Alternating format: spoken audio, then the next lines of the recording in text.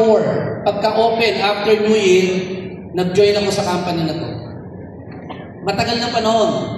Kung babalikan mo, yung age ko that time, siguro mga 12 years old.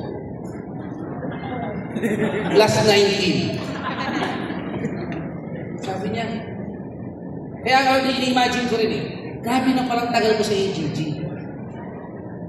Sobrang tagal na parang ng ginagawa ko itong negosyo na to. Saan ba nagsimula ang isang Richard Alan Raagas na upline ng buong Africa? Kaya kung ikaw nag-online, listen, makinig ka. Kung ikaw puyak, lagyan mo ng toothpick yung mata mo. Kasi ang makikita mo ngayon ay resulta ng isang hampas lupa na yumaman sa AGG. Ako ay former employee ng SM. Sino nakapunta ng SM? Yung iba, hindi pa nakapunta? Liyado ko ng SM for 8 years bago ako pumasok sa AGG. Nandun ako sa perfume area. Kaya kung nakakita kayong mga pumapasok sa SM, nag-i-spray, sir, try mo lang, susundan kaya ko tigilan. Sir, try mo lang. Kami po yun. For 8 years, kahit bisikleta yung daw nakabili. Yun yung hirap ko sa SM. Bakit ako napunta ng SM? Konting istorya. High school graduate lang po ako. Hindi lang halata. Kasi nga may itsura. Sabi ni sir, grabe naman. So, doing 8 years sa SM, marami ako natutunan. Number 1, hindi kayo yaman. Number 2, kahit ulitin mo yung taon na kinusyo mo sa kumpanya na yun, I'm not saying na pangit, pero yun pa rin ang magiging resulta mo.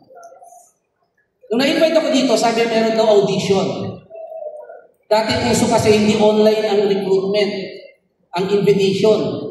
Kidnap na tawagin namin sa mga Jollibee, McDonald's, pamilya. Yes.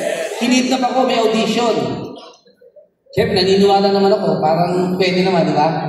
Eh, pagdating ko doon, hinahanap ko yung may camera, may director, tapos audition na doon. Nagtataka ako, sabi ko, parang walang setup ng audition. Eh, di tatakas na ako. Sabi ko, parang mali Alam mo ginawa ko? Sisipat na ako. Ang ginawa nung nag-invite sa akin, pinakain muna kami. Kapag ikaw pinakain, aalis hindi. Tigas naman ang alangala mo pag umalis ka. So, hindi ako pinalis. Napakinggan ko yung speaker that time. Kumanga ko. The problem is yung pang-join ko. Ang istorya, nagawa ko rin ng paraan. Nagbenta ako ng cellphone. Naka-join ako sa AGG. Empleyado ako ng SM.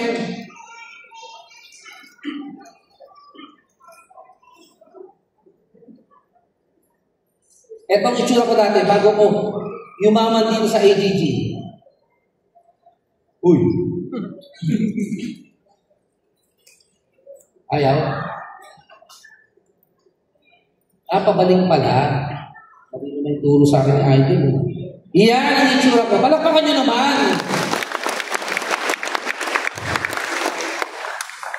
Palakang gutom, no?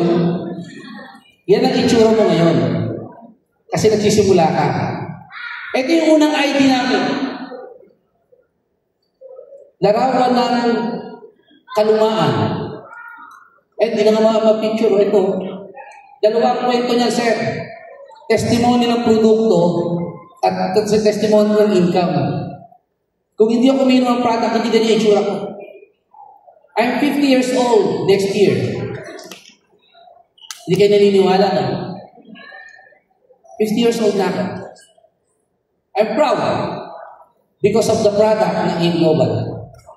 Palakpak. This is my first car. Yan yung unang-unang kotse ko na nabili. It was 2008. Noong 2008, nakabili ako ng isang second-hand na kotse. At hinataw ko lang ng hinataw. In 8 months' time, ako yung unang-una siguro na pinakamabilis na naging global ambassador that time. 8 months. Global ambassador together with the award na Millionaires Club. And then car achiever. Palakpakan nyo, wala pa kayong mga kamay. Ayan. Ang resulta ko, unang kotse. Iniikot ko to, hanggang din sabihin niya, nakakarating kami. Kasi noon, wala pang online. Mano-mano. Table presentation. That's why we are very grateful dito sa company na to. Imagine mo, kinukwento ko, ay more than a decade na istorya. Hanggang ngayon, nagsasalita ako dito. Not only my success, ang gusto ko makita nyo, saan kumpanya ka nandun? Kung yung kumpanya kinukwento ko sa'yo na nagpayaman sa akin, last month lang, kabahan ka. Yung kumpanya kinukwento ko sa ngayon, 2008 pa yan. Kaya huwag kayong makikinig sa mga nagbubulong-bulong sa inyo parang may umi-echo sa tenga nyo. Huwag kayong makikinig sa ibang ganitong klaseng negosyo rin na sinasabi nila, mas maganda sila. Alam niyo ang pinakamahirap para talunin? Yung taon, yung tagal. Kasi hindi yun nabibili ng pera. Kailangan mo talagang daanan mo. After that, 2 years lang, nakabili ako ng mga condominium, minions. Nakabili ako ng kotse, nakabili ako ng Audi, nakabili ako ng CX-5. Ang condominiums ko po sa Mall of Asia area, 3. SMDC. Bakit ako doon bumili? Galing ako ng SM. So, parang na-challenge ako, sabi ko sa sarili ko, for 8 years, hindi ako yumaman. Pero pag ako yumaman, bibili ako ng property sa inyo. Kaya pag pumunta ka sa SM, pag may mga event tayo MOA, hindi ko siya problema. Kasi ang dami kong mga unit doon na pwede kong pag-stayan na hindi ako magbabayad. Kasi akin. Gusto mo ba yun? After that, ito yung isa sa office ko lang po yan, office. Sa Tagaytay. Kaya ganyan na set up, yung ginagawa yan, pandemic. Pandemic, walang magawa mga tao. Ako nagpapagawa ng, nakabili ko kasi ng maliit na lote dyan sa may Tagaytay area. 1,200 yung square meter niya. Maliit din magano kalaki. Tapos ginawa ko siyang rest house. Yan yung top view niya. Ito yung building, ito yung ayun yung mga kotse na doon, ito yung basketball court. So yan. Yan po yung pinupuntahan namin sa area ng Tagaytay. Kapag mainit dito sa Binyan, umakit po ako sa Tagaytay. So, uy.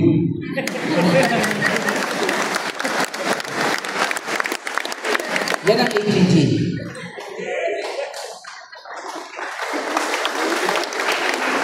Meron ako na pinigisang bahay ngayon sa Eagle Ridge, sa Brisbane Street.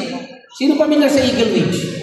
Sa General Trias, yung golf course, yung golf residential, so nakabili ako ng isang bahay dyan, yan yung pinaparenovate ko.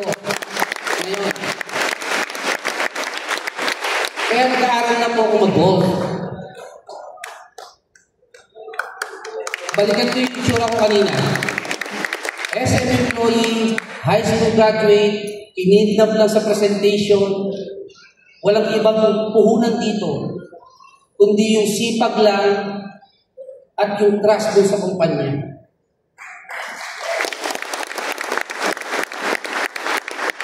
Ito yung mga awards ko na hindi ko na ang mga trophies ko sa AGG ay hindi ko na ma-display lahat. Yung iba nagkadalaglag na. Kaya hindi yung file ko ng mga awards, sobrang dami na po. Sobrang dami na.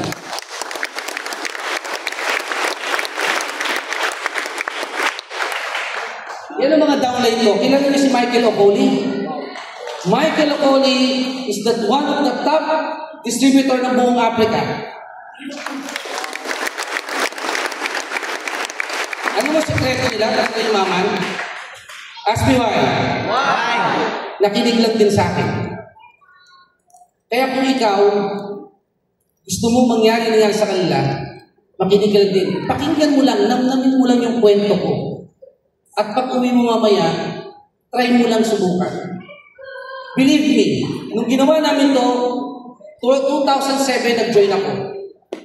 Yung technology na ginagamit namin before, hindi kasi ganda ng technology yung ginagamit mo ngayon. Dati ang cellphone namin, walang selfie. Dati ang cellphone namin, text lang. Pero nagawa namin kumita ng milyon-milyon dito sa AGG doing that kind of technology. 2025 na. Kapatid, lahat ng resources meron ka. Lahat ng technology para makarating ka sa ibang kontinente ng mundo, kaya mo na. Kaya kung nagawa ko yun, mas kaya mo ngayon. Tama? Yes! Recent, yung mga nagpunta dito, in-greet namin sila sa isang, yung mga ilan yung iba kasi meeting na ni Doc Ed. Nagpabook ako ng isang function room sa isang hotel. In-greet namin sila. Yan yung wife ko po. Part din ng top 50.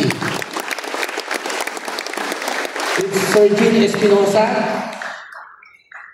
Yan yung recent award ko. Yung nakaraan na binuhat ako ng mga applicants. Na hindi ko inutos yun. Nagulat na lang ako. Grabe sila. Imagine mo yung pagmamahal nila sa isang Pinoy na nagsimula ng negosyong to, mararamdaman mo sa kanila. Kung sila nga ibang lahi, ibang part ng daigdig, naniwala sa isang Pinoy na high school graduate, ikaw pa ba?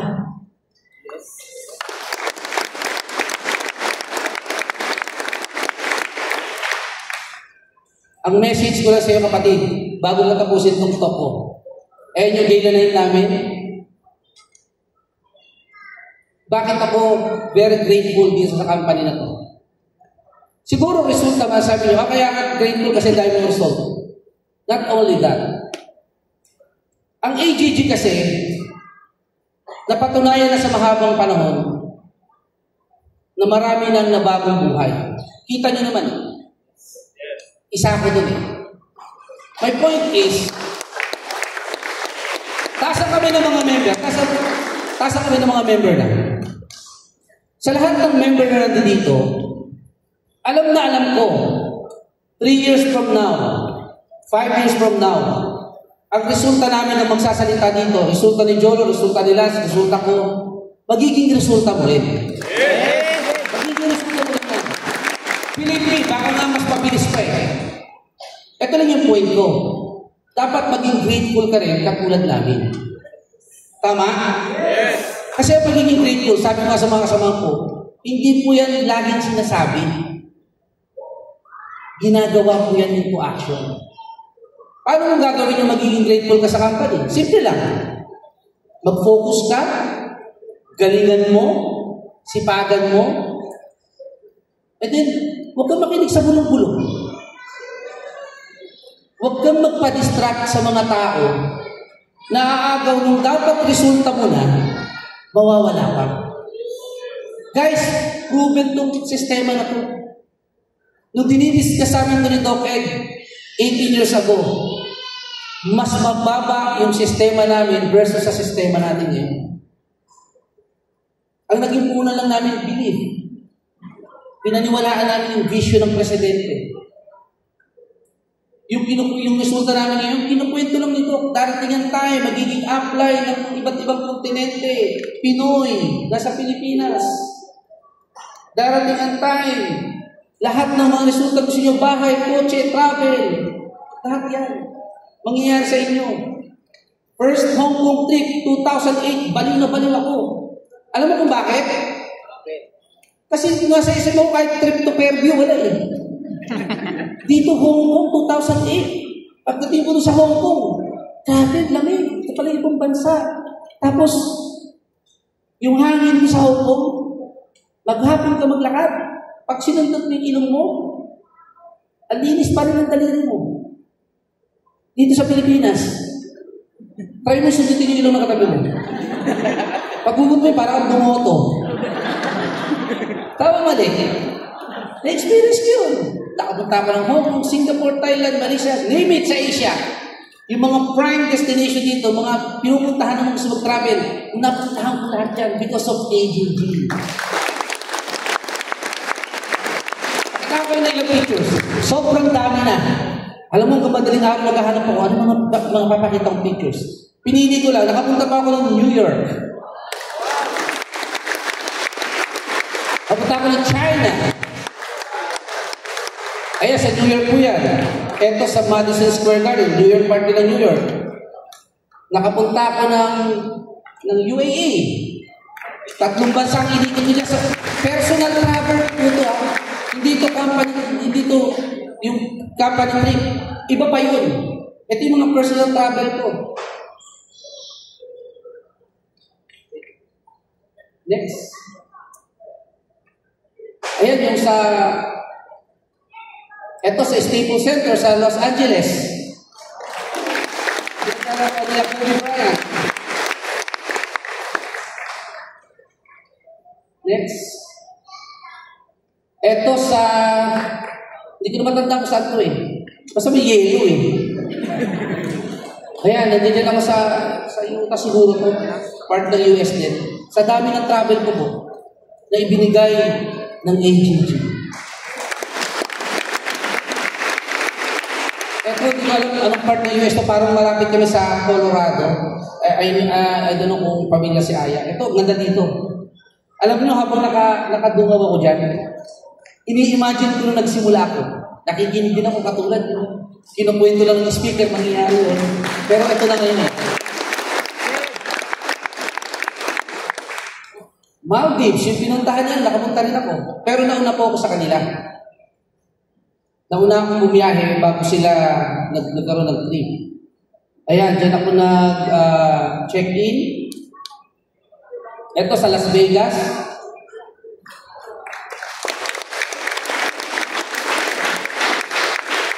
Ito yung Twin Tower na bumagsak, yung ano na ngayon, yung tourist, ano na.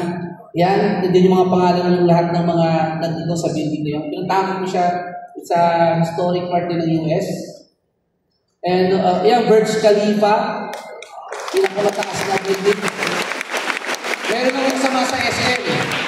Meron kasi sa baba niyan, Dubai Mall. Meron kami kasama sa SM, 2003. Nagpuntahan sila lahat doon, nag-apply sila sa perfume. Ang hawak nila, LVMH. Yung mga Givenchy, yan ang hawak nila. So, naiwan ako sa Pinas. Ako nag-AGG. Pagdating ko doon, nakita-kita kami sa mall. Sabi ko, wait, kumusta na?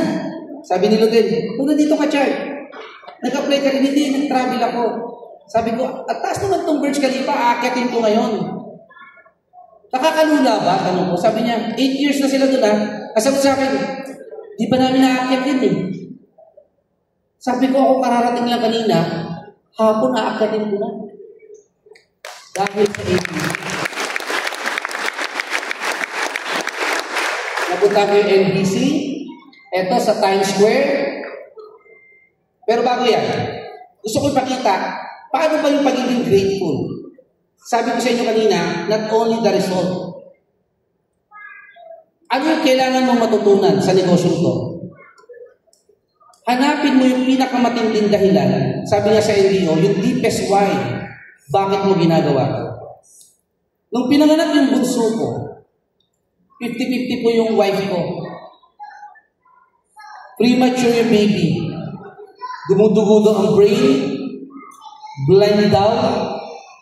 Lahat siguro ng pangit na maririnig mo. Narinig ko that time. Pero alam niyo ba, because of, una, Panginoong Diyos, ginamit ng Diyos yung AGG. Hindi naging problema yung billing ko sa ospital. Alam niyo sa naka-confine? Sa St. Luke's BGC. For 2 months, naandun po yung mag-ina ko. Ang ginastos ko siguro less than 3 million. That time. Kung walang AGG, hindi ko alam kung anong mangyayari din sa bibi ko at sa wife ko. Kaya walang sino man ang makakakonvince sa akin na iwan mo ang AGG. No. Never mangyayari sa akin. Bakit? Hindi lang resulta. Buhay po ang nailigtas dito sa part ko. Pwede ba pakita mo yan, no? Ito na ngayon yung baby ko.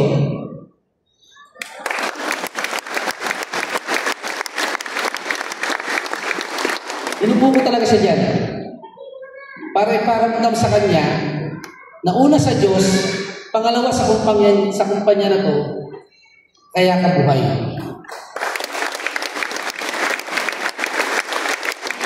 Alam niyo po, yung batang yan, honor student na ng Montessori, Tagaytay.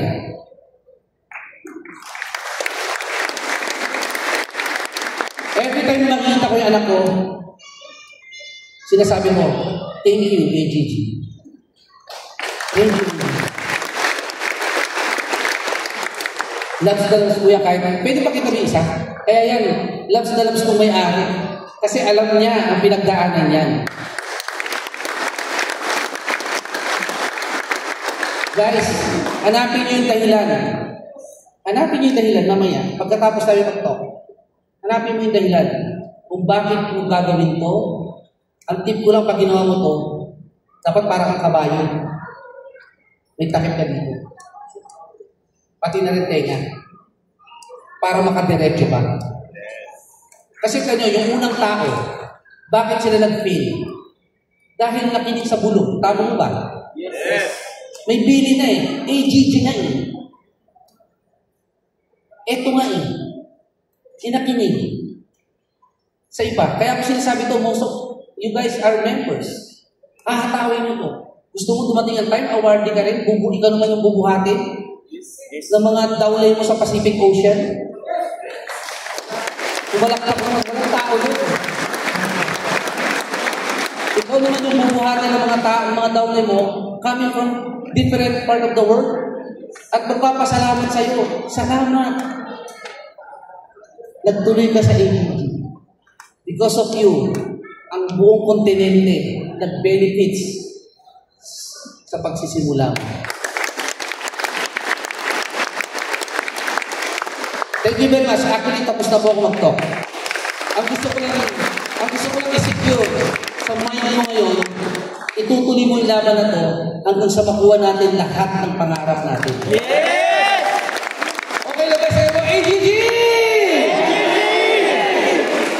Maraming salamat po sa inyo. Maraming salamat.